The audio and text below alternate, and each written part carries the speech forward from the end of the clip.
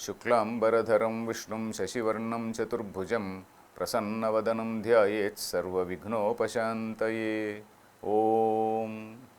Dear friends, welcome to Geeta. We are seeing the 25th shloka of the third chapter of the Gita. 26th shloka. Na buddhi bhedam janayed ajnanam karma sanginam.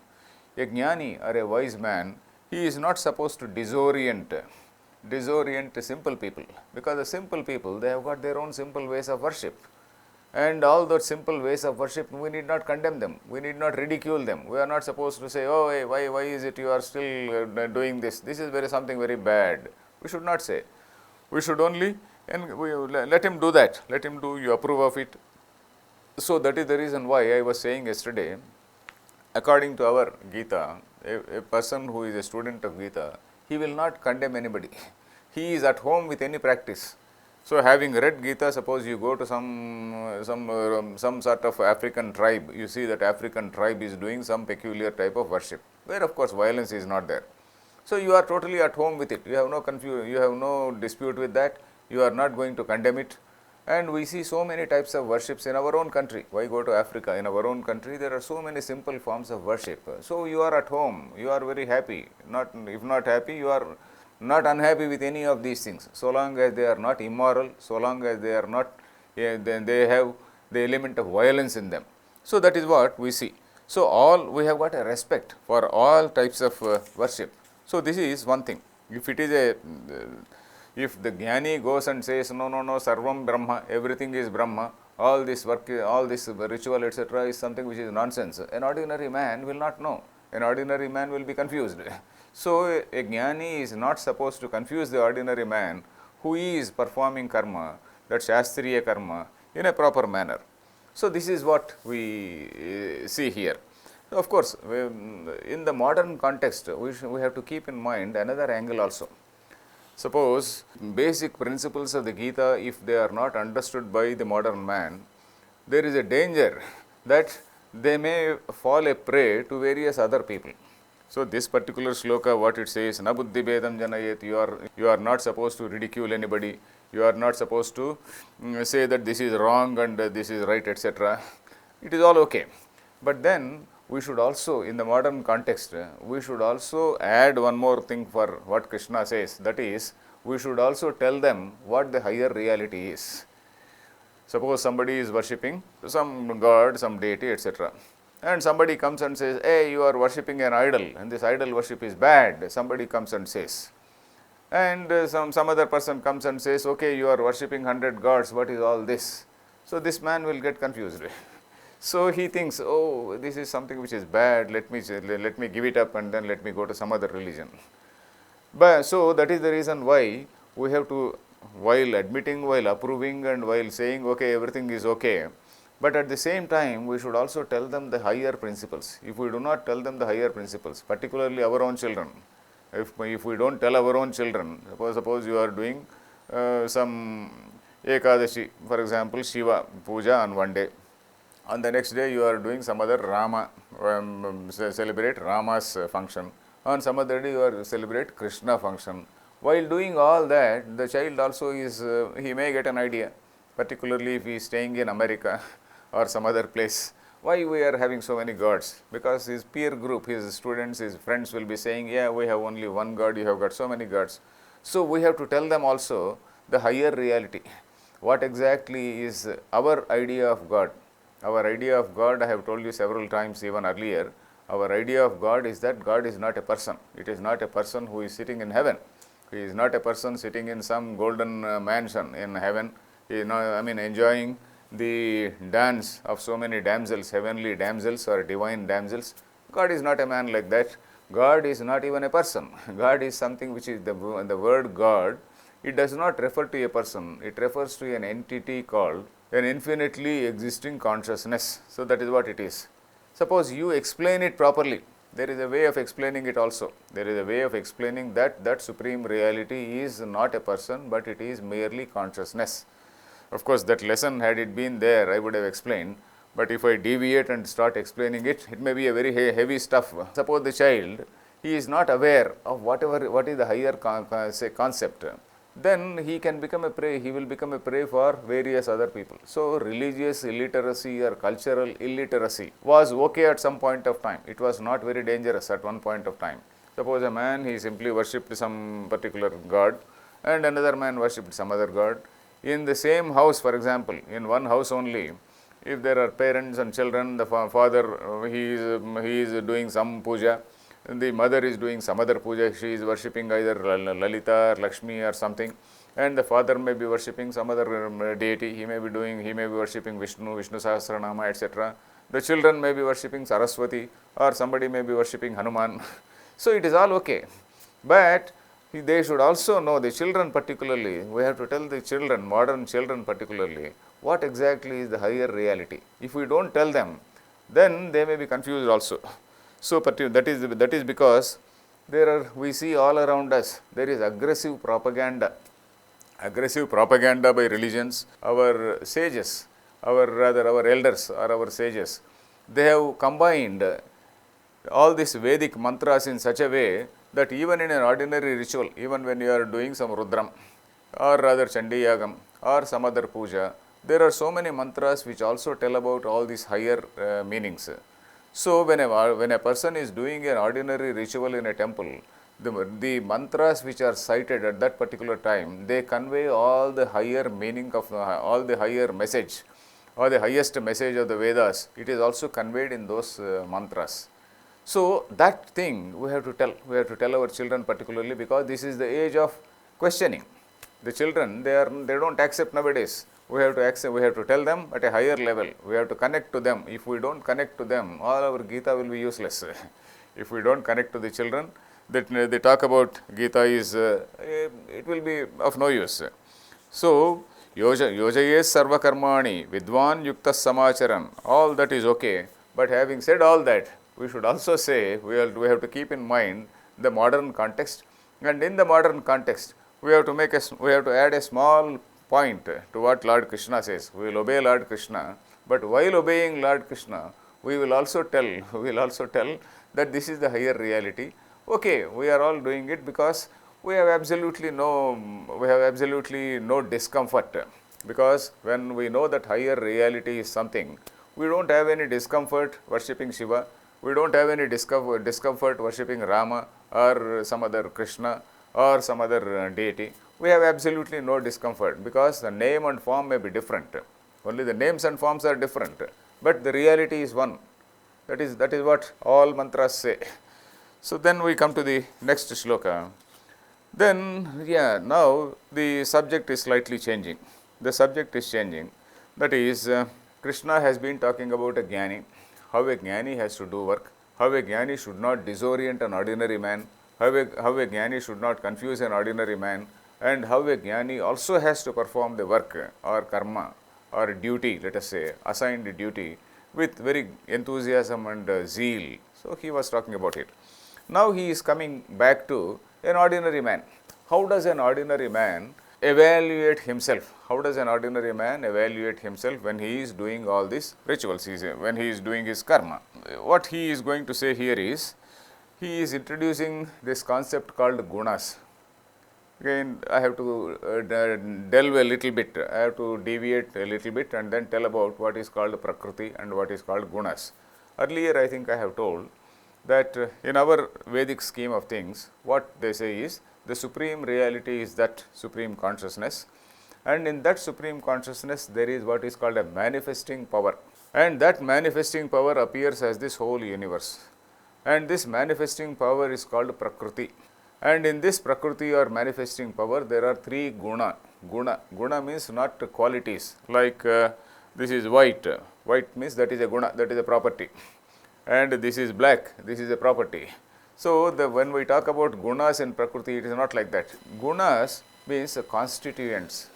Gunas means constituents. There are three constituents in this whole universe. So, this guna does not mean black, white, sweet, sour, not like that. Guna actually means a constituent. And this prakriti, what we call prakriti, or this manifesting power in that Brahman, it has got three gunas which are called sattva, rajas and tamas. I think I told earlier also once. And these three gunas manifest in all the beings in the whole universe, in all the beings, both animate, inanimate. Even in the food we eat, even in the type of vegetables we eat, this sattva guna, rajo guna, tamo guna, they are manifesting. Then what is this sattva guna? A person, let us apply it to human beings.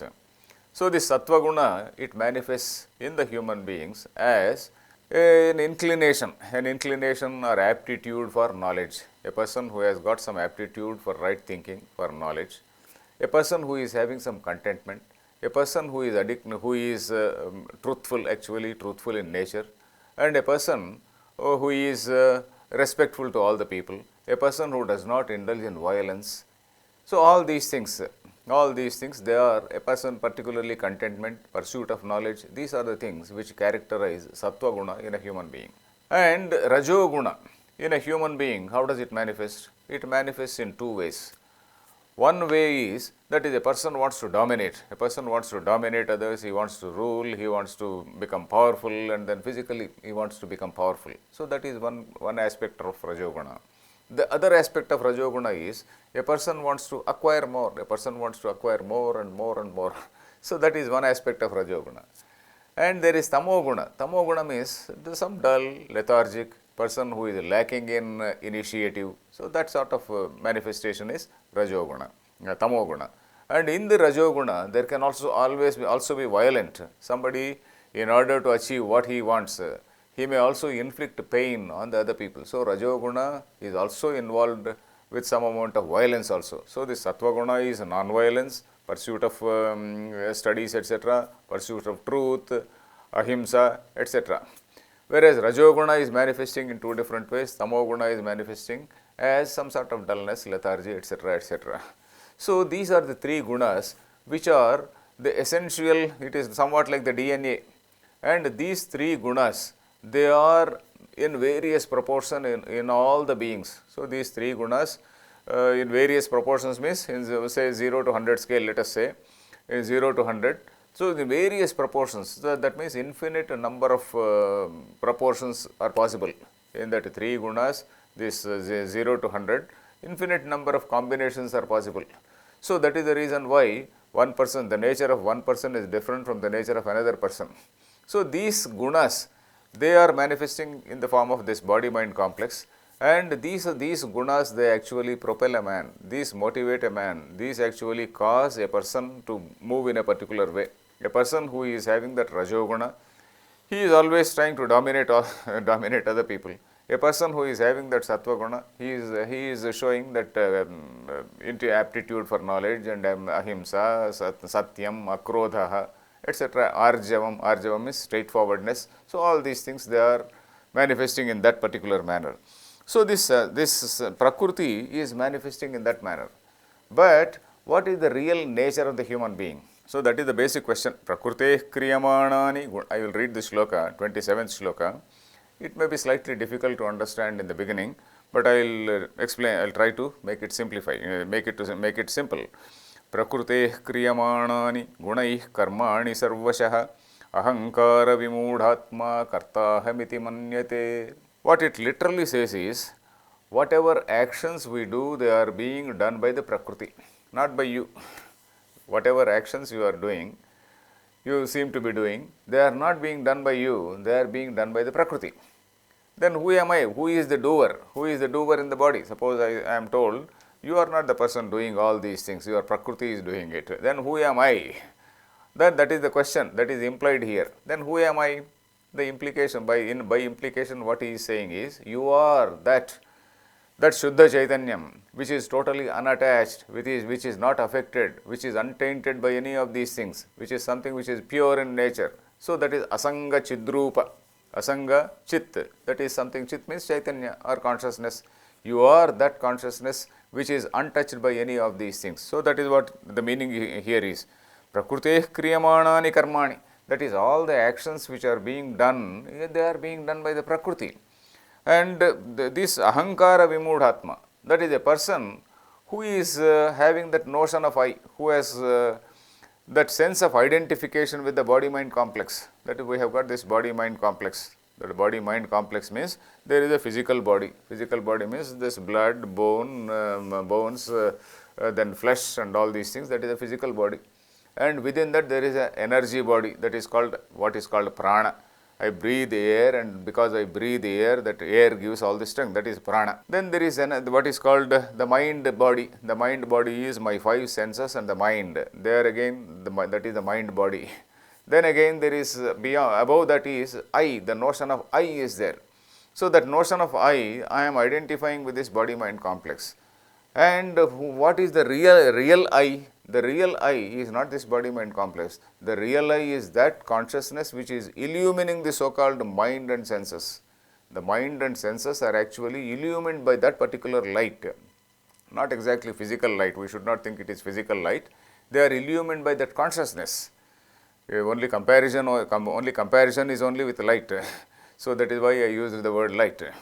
So that they are illumined by that consciousness, and that consciousness is my real self. So that is the overall meaning. It takes a lot of time for this idea to sink into our minds. If we keep on listening to Vedanta for a long time, and you keep on listening to various teachers, if you are a very serious student of Vedanta, if you are a serious student of Geeta, you have to listen to various Swamijis who talk about Prakriti, who talk about the nature of the self, etc. Who am I? Who am I? So, in fact, I suggest to you to listen to some Swamijis like Sarva Priyananda. Though, of course, I am teaching it myself, but I am also recommending some other Swamis, because I have no jealousy, I have no competition with them. Because a person, a real student, has to listen to various Swamijis. So that Sarva Priyananda, his talks are there on the YouTube. Who am I? Questions like. So for example, Ramana Maharshi's, whatever Ramana Maharshi has told, they are also available on the YouTube. You can search for who am I and what Ramana Maharshi says. So there you find what is that, how they analyze that investigation into the question, that is who am I. That investigation has to take place in a very systematic manner. That is, the body, first of all, the investigation starts with the gross body, what we call gross body or sthula sharira. Is this my real self? If this were to be real self, what about a dead body? Dead body also is a body. Then that is not the real self. When a person dies, then we don't consider it. We don't consider it as different from another stone or any other thing. It is immediately buried or cremated. Then that body is not the self. That prana, that air, it has no intelligence. It has no intelligence. That is not the real self. Then mind and this indriyas, the mind and the indriyas, they are receiving, the consciousness is reflected on them, and because the consciousness is reflected on them, they are able to perceive things. When that consciousness is not there, they do not function. So in that manner, there is a lot of investigation going into the nature of what is mind, what is indriyas, etc. So broadly speaking, here the meaning is, the guna, whatever actions a human being does is because of the sattva guna, rajo guna and tamo guna. The combination of these three gunas, they propel or impel a human being to perform various actions. But a person who has identified himself with the body-mind complex, that is what is meant by the word ahankara vimudhatma. Ahankara vimudhatma does not mean an arrogant person. We usually use the word ahankara to refer to arrogance. Here ahankara does not mean arrogance. Ahankara only means a person who thinks all of us are ahankara vimudhatmas. We come under this category. There may be some mahatmas who have, there are definitely, why maybe, there are mahatmas who have, in whose case that notion of I is totally different. There is no identification with the body-mind complex. There are several Swamijis who have no identification with the body-mind complex. Then they freely move, they interact with all the people very, very freely. So that is a different thing. But most of us, we are all 99.999 people, they are all ahankara vimudhatmas only. It is not a term of insult. We should not take it as an insult. We should only say it in the proper sense, that it is referring to somebody who is identifying with the body-mind complex. So, ahankara vimudhatma, karta aham iti manyate. Karta aham, I am the doer. So, I identify myself with the body-mind complex, and I think, yes, I am the doer. I am doing this action. I am doing this. So, that is what I am thinking. But strictly speaking, who is the doer and who are you? You are that supreme reality. So, in this particular shloka, this question, who am I, is implied in this particular shloka. The question, who am I, the real nature, what is your real nature? Your real nature is you are not this body-mind complex, you are that Shuddha Chit. In fact, Krishna is going back to what he told in the second chapter. Second chapter he told, Nasato vidyate bhavo na bhavo vidyate satha, etc., etc. He also said, this is something, this Atma is something which is najayate mriyate va kadachit, it has no origin, it has no death, etc., etc. So you are that. You are that Atma, you are that consciousness which has no birth, which has no death, and it is not affected by nainam chindanti shastrani. The swords cannot cut. Nainam dahati pavakaha. The fire cannot burn it. So that is the nature of that I. So that is implied here. So in this whole shloka, the question who am I is implied, and the answer also is implied that you are not this body-mind complex, you are that asanga chit. Whereas a person, an ordinary man who is having identification with the body-mind complex, he is thinking that he is the doer. So, prakruteh karta ahamiti manyate. So, this is a shloka which has to be meditated upon. In fact, we have to do a lot of meditation on such shlokas, because these shlokas, they don't enter the mind easily. So, we have to listen to this, and then we have to meditate on the meaning. And Bhagavad Gita is such a text which has to be meditated upon. That is, you have to take a shloka, such shloka, and then contemplate on the meaning of that particular shloka. And then only that, by that contemplation only, gradually and gradually, the meaning sinks into our mind. So till that time, it's not, it doesn't sink. So we'll continue in the next episode. Harihi Om Tat Sat.